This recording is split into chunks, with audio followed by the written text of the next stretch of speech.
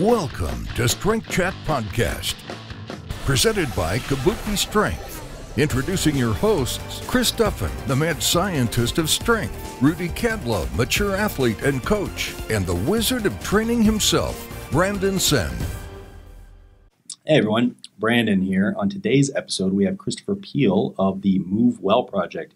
We're going to talk with Chris about his experience working with Eddie Hall, Big Z, and other strongmen on the rehab side of things. We're going to talk about how you can organize your training to prevent injuries, not only from a corrective exercise standpoint, but how to effectively manage load. We're going to talk about some of the experiences that Chris has had in his long-term development of work capacity and many other things surrounding velocity and HRV. Enjoy. Welcome to Strength Chat with your host, that's right, himself, the mad scientist of strength. Today, my introduction order, well, it doesn't really matter since it's only audio, but it'll put us all in fits today because we have changed seats. I know I feel like that hidden P thing. You're in the middle. You got the center stage. You should be hosting today. So, okay, take it over. So, Dr. Rudolph, our mature athlete and coach, to the right of me, and all the way down at the other end of the table, we've got the wizard of training, Mr. Brandon Sen, with us. So, thanks for having me today, Chris. No, it's good. It's always good to have you. Yeah, welcome back. I want to call out before we start. It is far too hot in here. It is warm. I'm taking off my. You my probably don't sweater care here. because you're drinking a ton of water. I'm actually a little cold right now, and I'm so incredibly lean, like no body fat whatsoever. I tell you, I swear, it's true. Yeah, I'm basically you're really emaciated. touting that 32-inch waist or whatever you have. That seems to be a real point of admiration for you lately. Oh God. Well, I think I will start today because I have a good story for you guys. Okay. I don't think either of you have heard this, and it's one of my favorite types of stories because the person it's about isn't here to defend themselves. That's the best. I love this. We Yes. all know that person, and our listeners probably know him as well. It features none other than Brady Cable. Ah, yes. Wow. You guys know The man without a voice. Man without a voice. Yep. So, Brady and I, and Juan, who's one of our coaches as well, we were at the food carts. Food carts, a bunch of food pods, and there's a nice indoor seating area. So we were sitting in there. We noticed, kind of, as soon as we got there, well, not as soon as we got there, but we noticed a blind lady walking around and someone kind of helping her. You kind of see it. So when we're in there eating, she goes and sits at the other end of the table of us. And, the sticks that they carry around, the responsive kind of clickers to tell where that. She had one of those, naturally. Leans it up against the door. Brady goes to get his food. And now the area that you would walk through is no wider than maybe 2 feet. Brady really shouldn't have been walking past that area. For some reason, he chose to. He does the unthinkable. He kicks the stick. He kicks the stick. Oh my gosh! He straight up punts the stick. I thought he broke it, to be honest, and it seemed very malicious. But he said it was an accident. But So it went flying then. It went flying. Yeah, okay. And it gets worse. I mean, first of all, how is she going to find it? I mean, that's an issue. But not only does he kick the stick, she can hear it, right? She goes, "Oh, sorry," and he goes, "Oh, sorry, I didn't see that stick there." Ouch. Couldn't believe it. The Freudian slip of Freudian is slips. that the blind leading the blind? Is that what you're saying? And of course, naturally, he's a good guy. He went back and handed it to her, but he goes, "Sorry, I didn't see that there." I immediately told him to check his privilege. Yeah, absolutely. That was not okay. He was so embarrassed. That's one of those things you got to be like bright red, like He was. It was. And he's so naturally kind of bashful at times, anyway, in a He situation couldn't like believe that. it. I guess he just wanted to find the I haven't told him that I was table to telling crawl that under. story, but he will definitely get on here and listen to it. That's great. I did actually overhear that the other night. It's so you guys funny. were talking about that. Yeah. It couldn't have gone any better, from my point of view. Well, now it's out there for the world to hear too. Yep. So maybe You're that'll- always looking for stories to get after. So now people should probably call them out, like on They have to. on Instagram and do all that sort of stuff. Yeah. Hey Brady. You gotta ride that one for a while. Oh yeah. Just send him a message that something shameful. We'll appreciate it. All right. Yes. So today, I'm really excited for our guest today. So we have Chris Peil from the UK. Chris is founder of the Move Well Project, and Chris does a lot of work with, well, athletes of all different disciplines, but does a lot of correctives and assessments. And what I really love is he has an entire body-based assessment protocol looking at the movement and not just here's the chronic pain area and just focused on that, which obviously, you've got to deal with those areas, but you got to uncover the root issues and some of the root issues that are also driving or hindering your performance as well. So really excited to talk about what he's got in there. And, to his credit, Chris works with some of the strongest people in the world, not just Britain, in our field. So I always mess up his name, but a couple of the athletes, one is Zydrunas Savickas. Did I get it right, Brandon? Zydrunas Savickas. Just go Big Z. Big Z. That works too. Our audience will know Big Z. Easy for you to say. And Eddie Hall are a couple people that he's worked with. So Chris, welcome to the welcome to the show. To our project. Welcome to our project. Our podcast. Thank you for having me. It's good to be here. So, tell us how did you, you have your own system, and I know you teach seminars on the assessment system. How did this methodology come about, and what disciplines or people have been influenced you, and then maybe we can dive in a little bit into what you're doing itself. Okay, so I was working in fitness from about 2002. Sort of the first time I worked in the gym, did a lot of personal training, and it kind of evolved from there. So about 2007 was the first time I was exposed to sort of correctives, as you put it. And I worked in a place where there's generally done NASM, corrective exercise specialist. Mm-hmm. And it was new to me at that point.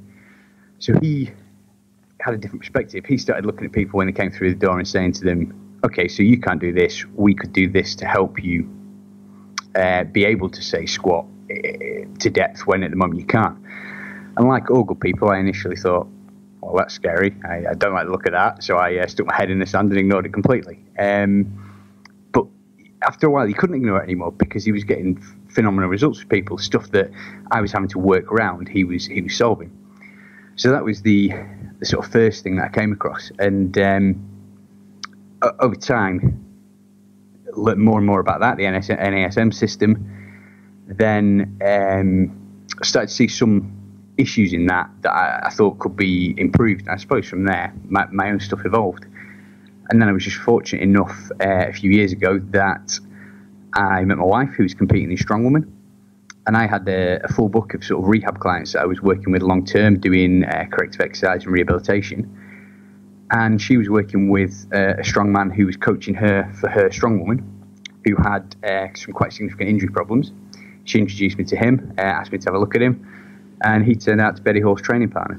So from there, got to do a little bit of work with Ed, and pretty much from there, I've worked with quite a lot of strength athletes, and had quite a good time with them.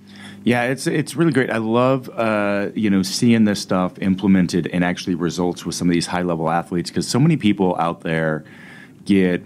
I think like lost in the details. Like, we post up a lot of, free content. We've got a lot more on our subscription site and with our coaching. But we're like, oh no, I don't need to do that. All I got to do is just lift heavy with the bar. And which at the end of the day, yes, if you move well, right? But for the most of us, we have some sort of, compensations here or there, and you'll end up developing issues. And, it's prevalent. There's a lot more than just, beating yourself with a barbell year over year that you need to make sure that you're taken care of, because quality of movement is absolutely critical. So I love seeing somebody across the ocean here working with some of these high level strength athletes and seeing results with them. I'll be honest, I think one of the things that's made it reasonably successful with the strength guys is that my view of it isn't to try and replace what they're trying to do with sort of faux yoga or faux gymnastics, or get them doing things that I think they might want to be doing for, for want of a better term, functional purposes. It's to get them better results for what they want. So starting with their goals and what they're looking to do. And to me, if it doesn't help them get, an extra few pounds on the bar, then there's no point doing it. So it's all well and good saying, what could you do with them that might help them get into a better position unloaded? It makes no odds if it doesn't cross over. And I think that's how you sort of get the buy-in. It's about getting people to see what it's going to do for them in a performance sense, in something that they care about. Absolutely. And so, on the other side of the coin, and I see how people get that view because we do have a lot of people in those fields, physiotherapy, chiro, corrective exercise specialists, that get so lost in their, in the depth of the content and just like these, the rabbit hole, right? And they're chasing down this rabbit hole of theories, but never actually let's test this. What are the results? Because the results for my client need to be this, not him winning this drill I've got him doing. The drill is actually not doing him anything. It's helping him bring some awareness, some proprioceptive awareness, and maybe cueing some stuff. But now you've actually got to take that and put it to place, in the movement. And that's, like you're saying, that's where I think a lot of people miss, and maybe where some of the, the negative concepts around it get lost, as people that are, lost in that rabbit hole and never actually getting back to the bar. Yeah, I mean, you see it in the research as well. Like you say, people disappear down a rabbit hole. They have an idea, and they just go further and further and further down. I suppose the same as anything. It's the law of diminishing returns, isn't it? The initial idea was interesting. The initial idea was helpful. But them getting further and further into the details of that one idea means they're sort of missing the bigger picture elsewhere. I mean, one of the things that I find really interesting, I'm doing a lot of sort of work on at the moment, it's something I've seen you do, where you're saying that taking the same drill and performing it poorly effectively reinforces your existing compensation. So as opposed to just, so it's something that I try and avoid doing. I try and avoid putting online, if you think you have this problem, do this. Because actually, people can't. The whole point is the work in existing compensation, because that's the path of least resistance for them. So you have to try and put them through a drill or a routine that moves them away from that. But they're always, I'm trying to give a good example, an easy way to think about it. The pelvic bridge is the interesting one, isn't it? If you're going to barbell bridge, the amount of people you'll see doing that with sort of lumbar hyperextension. Mm-hmm. Yep. When the whole point for that is to try and get hip extension. Yep. But they typically move without full hip extension, so they continue to move without full hip extension in the corrective drill. And then they could put on more and more load to effectively train their compensation further and further. So, you're not achieving anything with that. And I suppose that's the biggest difficulty with the social media. Is phenomenal, fantastic for bringing awareness to this kind of thing. But actually, it's probably not a great channel to actually teach people to do anything that is corrective or is going to help them sort of change their neural patterning. Absolutely. We're careful with the content we put out for that exact reason, because there is no, here's for hip shift, this is what you do. Well, no, there isn't. You've got to assess and figure out why we have that going on. It could be any number of reasons leading to that.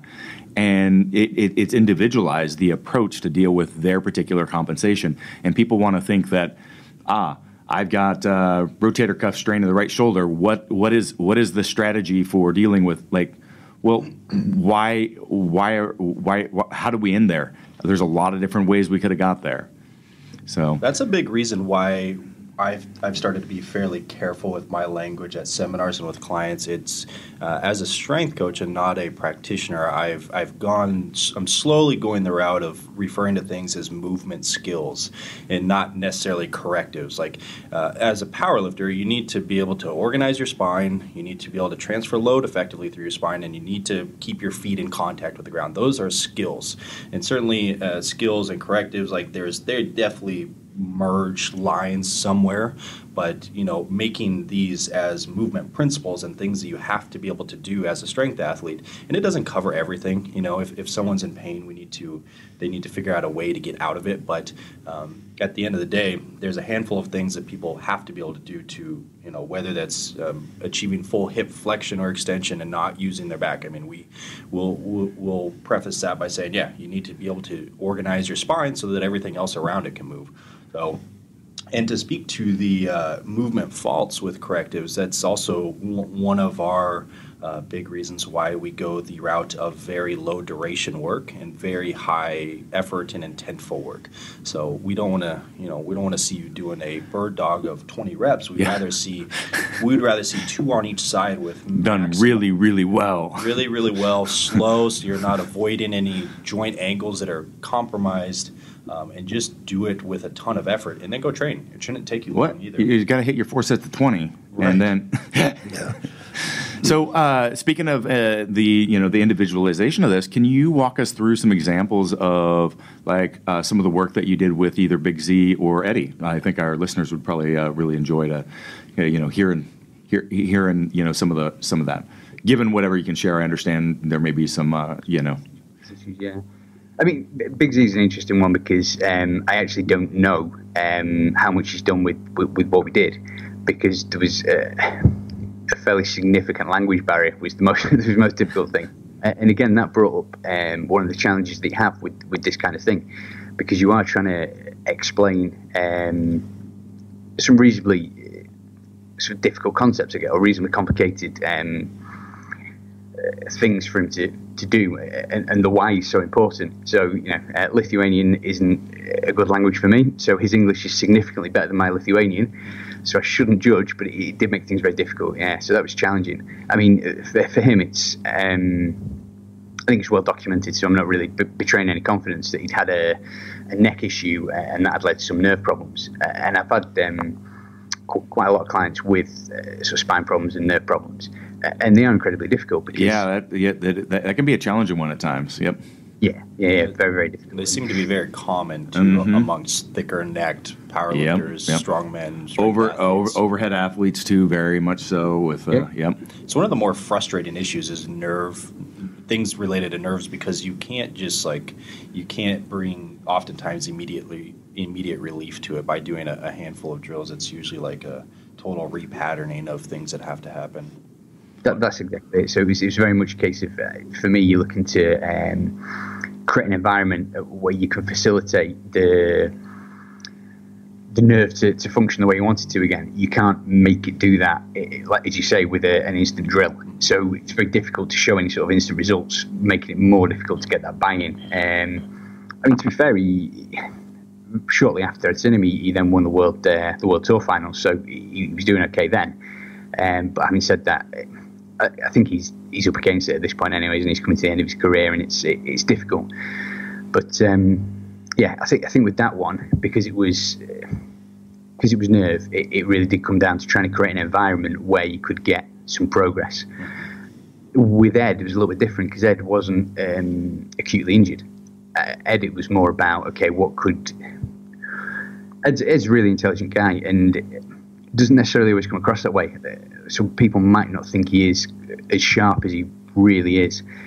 And I would say one of his biggest sort of skills and talents, if you like, is that he knows how to take enough interest and enough notice to apply enough to make progress and get benefit from each aspect in each area without disappearing down a rabbit hole. So with my stuff, it was like, okay, so how can you help me? How can you help me be better? And it was interesting because he's actually been tested at a university in the UK, been tested at Staff's Uni, and they'd said to him, you've got limited hip extension. And he's a bright enough guy to have turned around and said, well, I've just broken the deadlift world record. I can't have limited hip extension. I can't have poor hip extension. I'm not buying that. I don't believe you. And what they couldn't do, because they're not from within the sport and they don't understand the sport particularly, is couldn't explain to him why he would be able to break the world deadlift record, yet his hip extension could still be limiting things like his running events.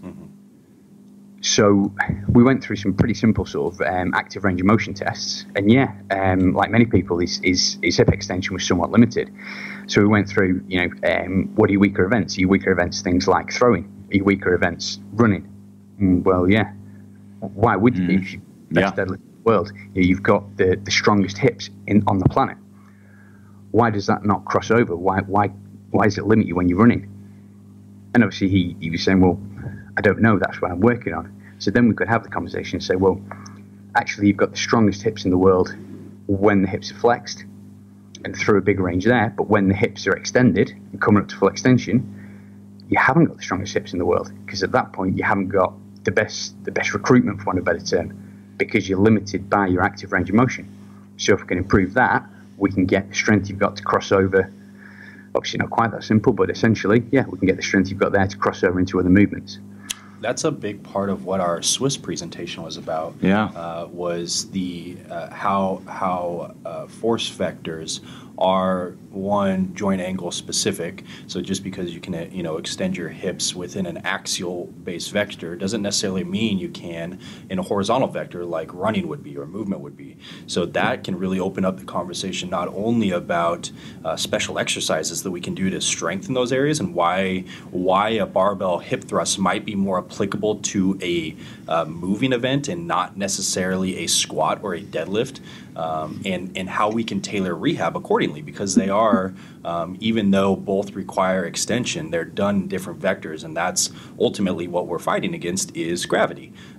So it's a big part of, not to plug our own content here, but that's a big part of what our advanced athlete preparation course is going to be about this year. So it sounds like you're doing similar things within the rehab space, and even having that conversation with Eddie. The first thing it does, and probably one of the most valuable, is gets buy-in from him, especially with those guys who have had success. It's like, how can we actually start the conversation? We have to have buy-in with him first. Yeah, that's absolutely like your conversation. The conversation you had and how you preface that and approach that with Eddie, I think, is a great example, because that is problematic with high level athletes, is getting that they're like, well, why should I listen to you? You're just a guy in a room, and I'm the one out there setting the records, and so I really love the context of the conversation that you had with Eddie and how you approached that to get his buy-in. I would suggest or ask the difference between working with a novice athlete or an intermediate versus the high-level athletes that you've had. I mean, I would think that it's pretty easy to assess issues that someone who may have just started out or has been doing it for a little while and make positive corrections. But when you get to that high level, it sounded, for even the best coaches, it could be very difficult to assess without laboratory biomechanics like you're suggesting may have happened with Eddie. Do you find that as you go further up the scale, it's tougher to assess? Yeah, one of the issues is, so the assessment, the standard assessment I'll do with people, a lot of it's just down to active range of movement. And that is obviously a good indicator, but obviously, as you're alluding to, it's an indicator and it's not the be-all and end-all. And on the flip side, you've got video of these guys, which you don't have. If you've got a novice comes in, or an intermediate athlete, you don't necessarily have the same exposure to them competing at limit as you do with the top guys. So that can, again, give you some sort of additional background. So I suppose where you lose at one end, you kind of gain the other end in that respect. It was Britain's Strongest Man weekend just gone, and this is one actually that I've not sort of shared publicly as yet, because it gives me slightly mixed feelings, but there was a fairly significant injury in that. A really significant injury. Is that the broken leg one or the... Yeah, the broken leg of Sinner. I just saw it. Yeah, like yesterday or the day before. It was pretty really brutal. Yeah. How did the broken leg happen? Loading stones, and I'm not sure. I only watched it at a glance. And I didn't really want to rewatch it, so I don't have really a good picture of it. So Chris could probably explain it. But he's loading stones, right? And he missed, getting that stone up there, and it basically dropped and hit his leg and just fractured both bones in the femur there. Wow. Is that pretty accurate there, Chris? Well, so. Not exactly. He goes to load the stone. He laps it. It's a 160 kilo stone. The guy laps the stone, and then he stands up. So again, hip extension, and as he reaches limit, his right leg adducts and internally rotates under him, and then he collapses under the stone. So a lack of hip stability, essentially. Now, the reason I haven't shared this publicly is so 18 months ago, he'd won England's Strongest Man. It's a guy called Phil Roberts. And I was at the comp actually working with another athlete. And we'd had a little bit of contact leading up to the competition. And he did message me and said, is it possible to come have a look at me? And I said, I can't really, because it's conflict of interest. I'm working with a couple of other guys who are going to be competing this year in the same competitions as you. And so they're from one training camp. So it represents a conflict of interest for me to come over and do some work with you. But based on the deadlift ladder that I watched, the last lift, your right leg, there's some right leg instability. And I've actually got in the message saying, to me, it indicates you might be incubating a future injury. And now, 18 months later, it's exactly the same movement that happened. Now, you would argue on a different exercise, but it's the same. It's the same compensation issue that led to the accident, right? I mean, exactly the same. Yeah, you saw the patterning issue and identified it. Yeah. With the high level athletes, although I haven't got access to a biomechanics lab, you can see a lot of these things in footage because that footage is available, and you've got a good idea what might be going on before you get them in. So then if you do a little bit of active range work and testing, you can kind of fill in the blanks a little bit and see if you can get a full picture. Man, you don't hear about broken bones too often in strength sports, but that was one of the worst strongman accidents I believe I've seen. I might have one that comes close to topping that. I worked with a guy a while back, and he was doing front squats, and it was in a commercial gym, and it was pretty heavy. I don't know the weight of the front squat, but it was fairly heavy. Someone in the rack next to him bumped the bar as he was squatting, and he lost the front rack position from the top and just free falled right into the femur and snapped it. So those are not to make our listeners any more squeamish, but this is probably the only opportunity I would have to tell it. Yeah, I say obviously that doesn't really tie to the part of the conversation, but I'm just going you wanted to tell. I wanted to tell it. You wanted to tell the story. I got it. Yeah. And I got even better. No. Well, I could probably make one up. Well, we had a serious injury at a meet here. Oh yeah, the World that Championships. That was horrible. Yeah, let's move on. Let's move back. Yeah, let's see if we can one up each other on stories. So, what are you doing with the Move Well project right now beyond working with your athletes? Can you tell us a little bit about the seminars, the assessment the strategy that you teach? Some of the details on that.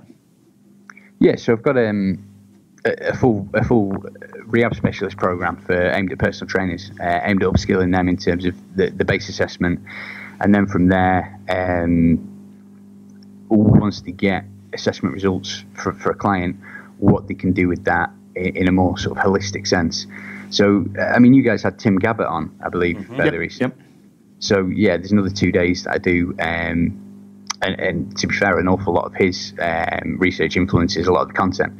So, pretty much saying everyone gets dead excited about the sort of biomechanics side and the correctives, because they can suddenly feel like they're a witch doctor and they're fixing people and they're mending things and they're making people perform better and all this kind of thing. And of course, as we know, it's a bit like if you take a biro and you hang it off the side of a table, it's really easy to break. If you stand it on its end, it'll take a lot of load before it breaks. But if you keep loading it, it will eventually break. And that being sort of the yin to the yang and the flip side, that as an industry, the fitness industry, we're not very good at maybe meeting people at the level that they're at when they enter the industry. So, of course, people come to us and they're initially really motivated. And the first thing that we do then traditionally is we beast them. They're highly motivated, so we work them as hard as we can, as often as we can. And, of course, as you guys all know from the sort of research Tim's done, that's actually a recipe for hurting people before we even start. Yep. And it doesn't really matter what we do with them biomechanically. If you increase load, you increase volume that quickly, then we are going to hurt people. So a lot of the program's about looking at it, as I say, more holistically and trying to get a higher level of a fitness professional who isn't going to say to people, no, don't exercise, don't train, but can make better exercise selections and progress at a more appropriate pace and actually keep people in the industry and progress them well, as opposed to having the high turnover that we have, certainly in the UK, of people joining gyms for the first time and then sort of being injured, leaving within 3 to 6 months. Yeah, that is definitely, like, people really miss this point a lot because they think, like I said, movement quality is key because you have to have movement quality before you start, loading and progressing that.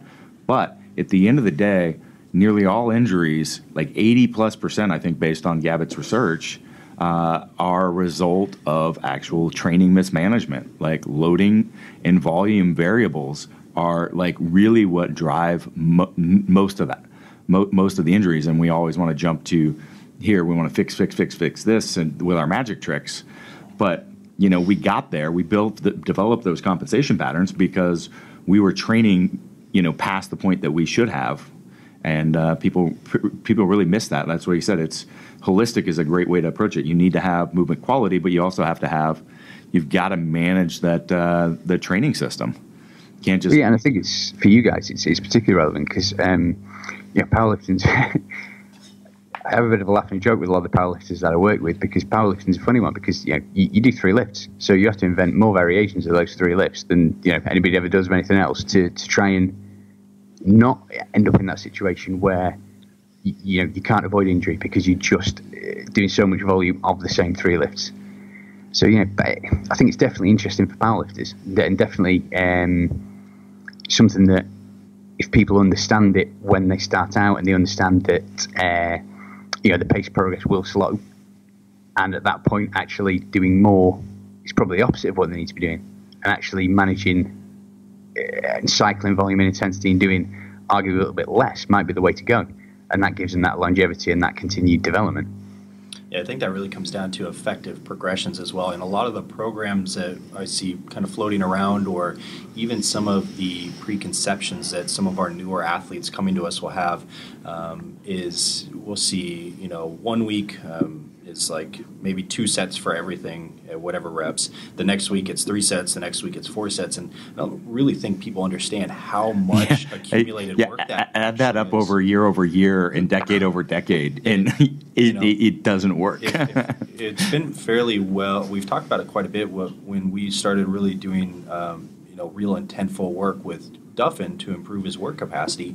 There was not many weeks where we added 1 set. It was like, let's add a rep on the back. Yeah. Let's add 2 reps. Let's add 3 reps here, and that's it for the rest of the week. Let's add maybe 1 set on a row variation, but not on a deadlift. And I think that's where a lot of people crush themselves, is even when they think about frequency, it's like, okay, how many times a week? And I'm like, well, frequency is it's 1 part interval, like the frequency of exposure, but there's also a magnitude component that people don't pay enough attention to. And I think that magnitude component is why all of, especially stronger athletes, immediately think they can only squat heavy once every 2 weeks or something. And with all of our athletes we've had success with, it's like very long-term, intentful improvements in their work capacity via a couple reps. But or shrinking that time frame, but in a not a I'm squatting once a week, I'm going to squat daily or 3 times a week. No, it's like maybe I'm squatting once every 10 days, heavy. Now I'm going to drop it to once every 9 days for the next cycle. And then,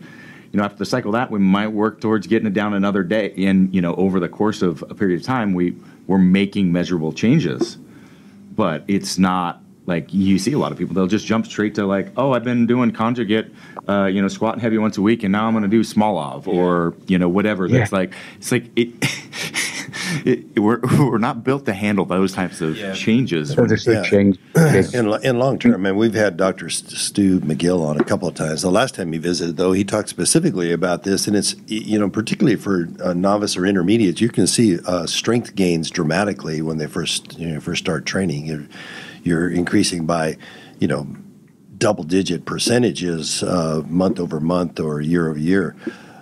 But it also explains why a lot of these young lifters and power lifters, you see a new phenom that's 22, 23 years old hitting big numbers, and then, by the time they're 27 or 28, they're out with an injury. You don't hear from them again. And his explanation is, it takes a lot longer to develop the strength in the ligamentous tissue and in the skeleton. your skeleton, the bones in the spine and in your lengthy bones will grow over time with progressive resistance, but it takes a lot longer to build the strength in the spine and the supporting tissue around the spine and the skeleton than it does for muscle. So it explains why a lot of powerlifters, aren't reaching their peak until their mid to late 30s, even early 40s. And a lot of, for our listeners, the way that And for me, it's the late 60s. Yeah. For a lot of our listeners, the way that we would frame this is understanding the differences between your chronic training load and your acute training load. And the chronic training load being the thing that you've adapted to over time. Acute training, the chronic training load would also be like a rolling average of your work, maybe every 4-week average, or even a 21-day, or maybe even a 6-week rolling average. That comparatively to your acute average, which might be a week or it might be a few days, and those are the differences that we're really talking about. I can't remember the figure that was referenced in Gavitt's research that saw increased injury rates. I want to say maybe 15% increase in the acute. Chris, I think he says that this should only be 10% max increase. 10%, yeah, that's even less. Right. So 10%. But bear in mind, a lot of his research is done on soccer, because obviously, so in Europe, that's where the money is. Right. So this is one of the things that was really interesting for me. I did a sports medicine master's, and I was a real outsider, because obviously my interest was strength sports, and most people's interest was football or cricket or sort of ball games in the UK. And how they're measuring load, it's different. So they're using GPS systems, and a sort of nominal figure of load worked out by the accelerometer in the GPS, as opposed to the way that we work out load, which is numbers on the bar. And this kind of led me down the route. I don't know if you guys have done anything with this, of looking a little bit more at things like heart rate variability as an adjunct to using sort of just simple maths of the amount of work being done in training.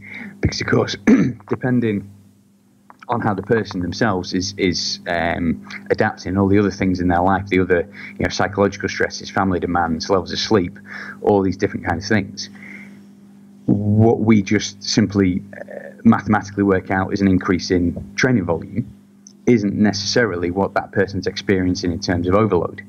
So by using things like tracking sleep, using this sort of wearable technology is now so widely available. You can track somebody's sleep. You can track quite easily the heart rate variability and the readiness to train, and then trying to adapt the training program based on that person's actual feedback, their physiological feedback, as opposed to just guessing. So where you may have programmed, whatever numbers you said they're going to do, however many reps at whatever percentage, 80%. Well, actually, that day, it might not be 80% of their 1 rep max, because they are fatigued that day. If we've got the marker showing us that they are fatigued, if we bring that down to 90% of that 80%, that's then a realistic amount for them to train at without putting themselves further in the hole. Yeah, Chris, we're 100% on that, and we have our own approach to that. We use velocity to manage that, so we profile a lift, so we know, and we program based on an actual. So we want so many repetitions, let's say in the 80 to 85% zone. Well, our 80 to 85% is actually the velocity that would align with it, so it's automatically going to move the load based on their recovery, life stresses, all that. Involved with that. So I love it because, I've used HRV. I think it's great. Actually, I hope to go spend some time with Joel Jamieson with Bioforce and his stuff here again soon. Up in Washington? Yeah, he's up in Washington. Yeah. And actually, Kyle is going to go up, I think, and spend some time with him. Oh, tag along. That'd be fun. Yeah. And but for me, it didn't quite tell me, what is it 90%? Is it 92%? Is it 97%? Is it? And so we ended up creating our own. Brandon did the work. I don't want to take too credit here, but of creating the profiling of each lift, and then that we create a linear regression line, and we know exactly every point along that line. If the bar is moving at a certain speed, basically what your projected max is and then what your training should be. We have a very simple process for arriving there. I won't spend too much time because our listeners are probably fairly familiar with my apologies for not being familiar with that. No, I wouldn't expect you to be. So, but it's the same concept. And I kind of stepped out for a second, but I heard you guys talking about the 10% variation. That's one of the reasons, like, I like personally, I don't really do a lot of big deloading for longer periods of time, like some athletes will do post-competition, because I know if I spend that time down, I can't just jump right back into training, or I'm really going to be potentiating an injury risk 3, 4, 6 weeks out from, whatever happened in that short period of time. And so I always try to make sure that I'm maintaining, no matter what's going on, some level of loading and volume, so that you take Tim's work and if you look at sort of traditional sort of Western linear periodization, and then you look at what Tim's suggesting, actually, they're not necessarily that compatible, because the changes in stress for individual tissues would change dramatically from one phase to the next, and would potentially be unprepared for moving into the next phase, the way it has been traditionally done. So his work's really interesting, and it asks a lot of questions. And I think that certainly from a sort of strength training perspective, it's not necessarily something that's sort of looked at enough and used enough.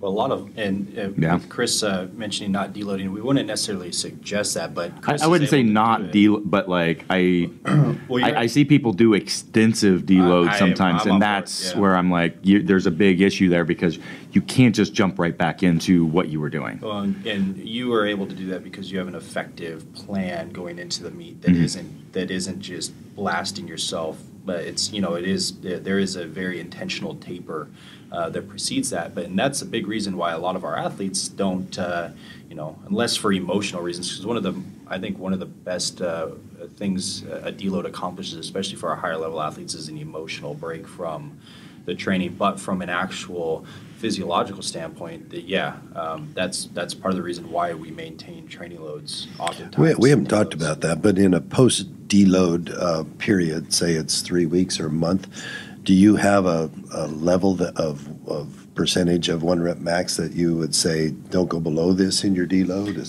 Not necessarily. We could definitely look acutely at it like that, but I'm more looking at their total amount of work and maintaining some relative degree to that, instead of just reducing what they're doing. One of the things that I'm really enjoying doing right now is just completely new exercises during a deload.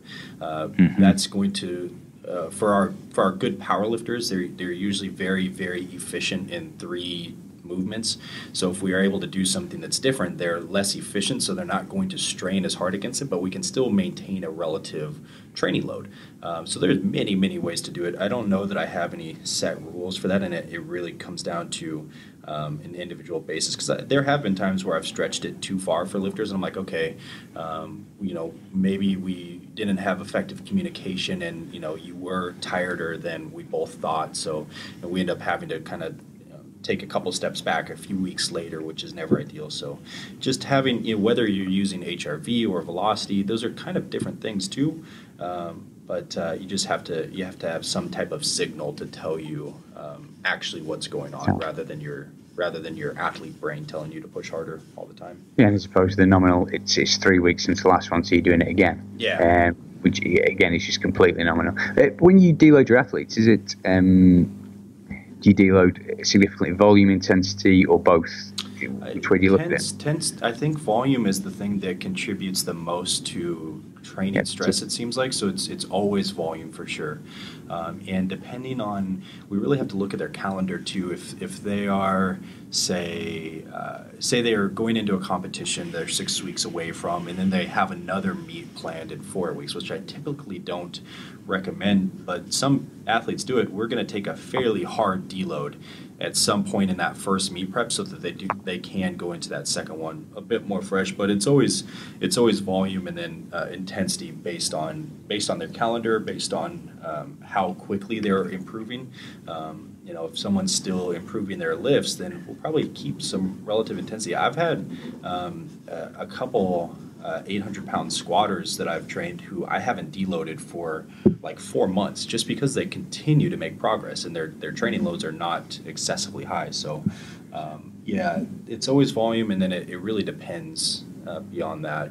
It really, if someone is feeling like training is becoming laborious or it feels like a chore and it's not enjoying, that's one of those indicators. I'm like, all right, you're probably going to hit a wall in like 2 weeks if we keep going. So really being mindful to how much they're enjoying the process, how happy they are on a day-to-day basis are both great indicators to me. So what do you guys think? We're kind of running up on time here. Any other questions you guys have for Chris? Well, Chris, anything else that you want to add to that in terms of assessment? Any other tools that you use besides your experienced eye? To be fair, he's a standardized system, so that as long as people follow the system, for the guys who learn it, as long as they follow the system to a great extent, they can't go far wrong. The main thing is once they've done the assessment and they follow the correctives that go with it, in a sort of paint by numbers strategy, it really, as we said earlier, comes out that understanding of you doing the corrective for a reason, and you need to ensure that it's being executed in a way that is corrective, because the same movement done with the existing compensation, which is what the body's always going to want to do, is just reinforcing the same compensation. Which, to be honest, is my issue with people doing things like just going, "Oh, I'll do yoga. I'll just do yoga," and it's like, well, that's aiming at like an external sort of target as opposed to intrinsic change within, which is the way the correctives are aimed. I don't know if I explained that particularly well, but yeah, I mean that's the main thing. So to me, the main thing is how they execute the tests and how they execute the correctives, as opposed to how many tools are used, if that makes sense. Yep. Correctives are much more focused on motor learning and coordinating different things, whereas, because we run into that as well, people, having the cop out, well, I'll do a couple of yoga sessions a week, which, is going to get them moving in different spots, but at the same time, if we have someone who excessively extends their spine in, either squatting or deadlift patterns, yoga is going to make that far worse because that's the majority of your poses are, one, either reaching beyond your functional capacity to maintain your spinal position because you're holding something for 2 minutes, or you're intentionally stretching your spine in extension because that's what your chakras tell you to do. I don't know. Yeah, I mean, so conceptually, there's no research suggesting that yoga reduces injury risk. In fact, potentially quite the opposite. And to me, that's where it all comes down. It's all down to balance. And you sort of touched on very early on the idea of screening full body, irrelevant of where the problem is, because to me, the only solution is to try and improve balance in terms of range of motion and obviously stability and strength. Because if you, for want of a better, overly simplistically, obviously, if you struggle to increase a muscle length, then there's more risk of tearing that muscle. If you just lengthen all the muscles, sort of yoga style, you reduce stability, you've got more chance of getting a ligament injury, a joint injury. So the only way, it's kind of pick your poison. You're either going to have the muscle be more vulnerable or the joint be more vulnerable. Well, not if we improve balance. So we only improve range of motion where we actually need to improve range of motion. We only improve strength or target the improved stability and strength in the areas we're actually weak. And then we improve the balance, we reduce the injury risk. As opposed to, yoga, Pilates, things that are completely untargeted systems. They're not assessment-led. It's just general increasing. It doesn't, to me, actually achieve anything. But people still refer to it as if it's got some sort of magical power. Yep. Yeah, completely. Well, Chris, can you tell us where people can find you, more about the MoveWell? I pretty much do everything through Facebook, to be fair. I do have an Instagram thing, but I'm an old man, so I don't really understand Instagram that well. So most of it's through Facebook. So the MoveWell project on Facebook's the best way to get it, and I put content out on there on a regular basis. And your website? www.themovewellproject.co.uk. Excellent. Yeah, thank you so much, Chris. And for some of our listeners, if you are interested in the topics surrounding long-term planning and almost everything we've talked about today, I would highly suggest checking out Chris's resources, as well as our Movement Fundamentals course and Advanced Athlete Preparation course this year. We have 12 of them. Yeah. Yep. All right, Chris. Thanks for Chris. joining It's us been, today, Chris. Fantastic having you on. Really enjoyed the discussion. Fantastic. Thank you for having me. Really appreciate it.